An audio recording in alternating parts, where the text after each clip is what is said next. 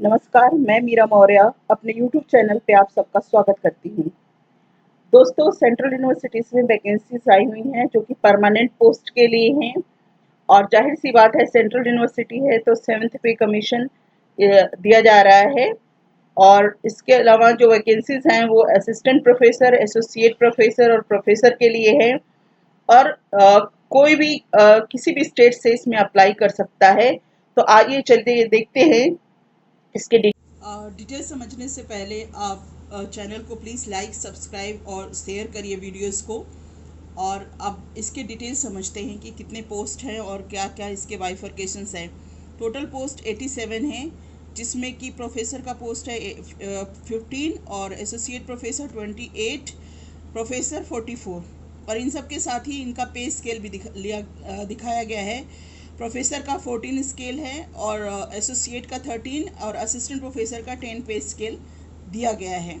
साथ ही साथ ये भी इम्पॉर्टेंट है कि ये जो ऑनलाइन फॉर्म है वो 31 जुलाई तक ही भरे जाएंगे, इसलिए इस डेट का आप लोग ध्यान रखेंगे।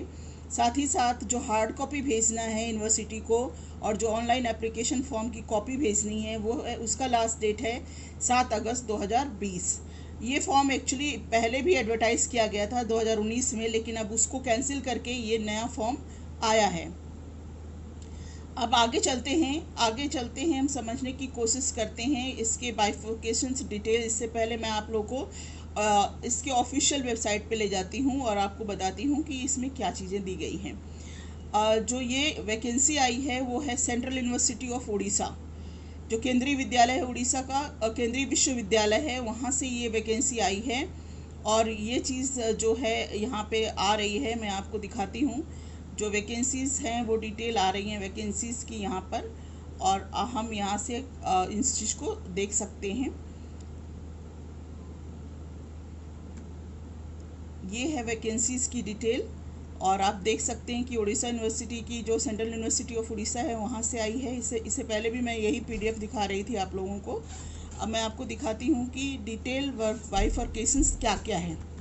इसमें समझने की कोशिश करते हैं कि किस सब्जेक्ट के लिए किस तरह की पोस्ट आए हुए हैं।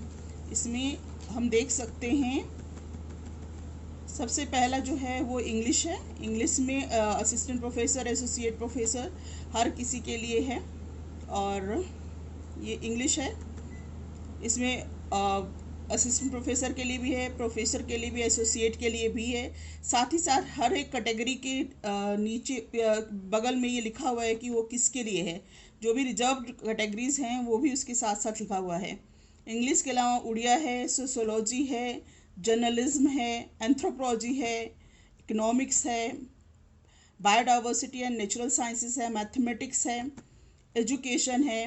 तो काफ़ी सारे, हर एक लगभग डिफरेंट डिसिप्लिन्स के यहाँ पे वैकेंसीज आई हुई हैं। हिंदी भी है, संस्कृत है, इसके अलावा स्टैटिक्स है, बिजनेस मैनेजमेंट, कंप्यूटर साइंस। ये इस तरह के सब्जेक्ट्स हैं जो कि काफ़ी सारे डिफरेंट डिफरेंट सब्जेक्ट्स हैं। अब इससे इनके जो भी है क्वालिफ़िकेशन क्या क्या हैं, जो एसेंशियल क्वालिफ़िकेशन है उसमें दिया गया है। प्रोफेसर के लिए है पीएचडी होनी चाहिए plus 10 years of teaching experience होना चाहिए। साथ ही साथ और भी चीज़ें हैं जो आप लोग देख सकते हैं। एसोसिएट के लिए PhD plus 8 years of teaching experience होना चाहिए। और इसी तरह अगर असिस्टेंट प्रोफेसर का देखते हैं तो असिस्टेंट प्रोफेसर के लिए मिनिमम क्राइटेरिया है master degree with 55% marks and it should be NET SLET और सेट, जो कि किसी भी सेंट्रल यूनिवर्सिटी में मांगा जाता है। नेट होना चाहिए, स्लेट होना चाहिए या सेट होना चाहिए। और अगर पीएचडी है तो बहुत अच्छी बात है, नहीं है तब भी अप्लाई कर सकते हैं, कोई दिक्कत नहीं है। इसके अलावा अब हम लोग देखने की, समझने की कोशिश करते हैं कि जो अब इसमें डिफरेंट डिफरेंट सब्जेक्ट के लिए अलग से फिर बताया गया है। बेसिक क्राइटेरिया मैंने आप लोगों को बता दिया और उसके साथ साथ हर एक सब्जेक्ट वाइज फिर से क्राइटेरिया दिया हुआ है, जो कि अलग नहीं है, जो शुरू में बताया गया था उसी तरह का ये क्राइटेरिया है। इसके अलावा फिर से आप ये देख सकते हैं कि उन सब्जेक्ट्स में जहाँ पे नेट नहीं होता है तो वहाँ पर सीधे जो मास्टर डिग्री है वही सफिशिएंट है। जैसे एमटेक है, एमई है, वो लोग असिस्टेंट प्रोफेसर के लिए एलिजिबल हैं विदाउट नेट। तो इस चीज़ का ध्यान रखेंगे आप लोग। अब सब्जेक्ट्स में भी स्पेशलाइज्ड किया गया है कि जैसे इंग्लिश है उसमें किस तरह के कौन सा कोर एरिया जो है उसके लिए एडवर्टाइज किया गया है। उड़िया है, सोशोलॉजी है, जो शुरू में सब्जेक्ट्स बताए गए थे उसमें फिर से बताए गए हैं कि क्या क्या स्पेशलाइजेशन होने चाहिए, मतलब जो और सब्जेक्ट के अंदर किस तरह की रिक्वायरमेंट है। तो ये सारी चीज़ें हर एक सब्जेक्ट का फिर से डिटेल मेंशन है, ये आप लोग देख लीजिएगा।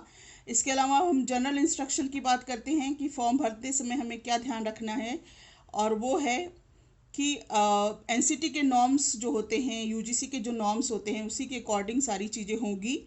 और जो पे स्केल है वो 7th पे स्केल है, वो शुरू में ही बता दिया गया, मैंने बताया आप लोगों को, मेंशन भी है इसमें।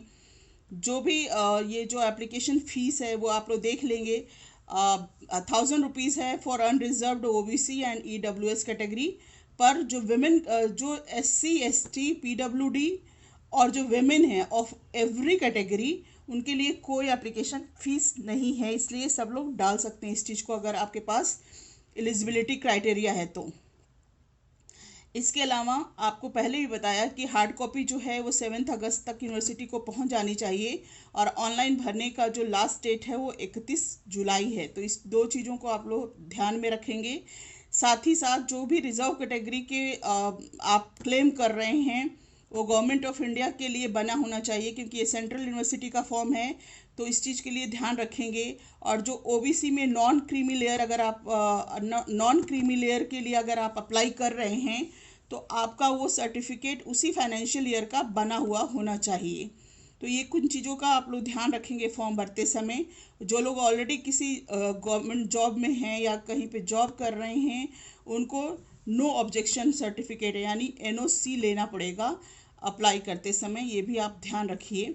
जो कैंडिडेट शॉर्ट लिस्ट होंगे वो इंटरव्यू के लिए बुलाए जाएंगे, और इंटरव्यू बेस्ड ये रिक्रूटमेंट है, तो इस चीज़ का आप लोग ध्यान रखेंगे। यूनिवर्सिटी किसी तरह का टीए नहीं देगी, और जितने भी आपके सर्टिफिकेट्स हैं इंटरव्यू के टाइम में वो हार्ड कॉपी ओरिजिनल चाहिए। तो मुझे पूरा विश्वास है कि ये इंफॉर्मेशन आप लोग के लिए हेल्पफुल होगी। और ये एड्रेस है जहाँ पर हार्ड कॉपी भेजना है, the registrar central university of Orissa, post box NAD, Sunabeda, Koraput, Orissa, यहाँ पर भेजना है। तो आई होप कि आपके लिए इन्फॉर्मेशन यूजफुल है, और प्लीज़ चैनल को सब्सक्राइब करिए, लाइक करिए, और अपने दोस्तों के बीच इस वीडियो को शेयर करिए ताकि ज़्यादा से ज़्यादा लोगों तक जॉब से रिलेटेड इन्फॉर्मेशन पहुँचे और सबको हेल्प हो। Thank you so much for watching. All the best.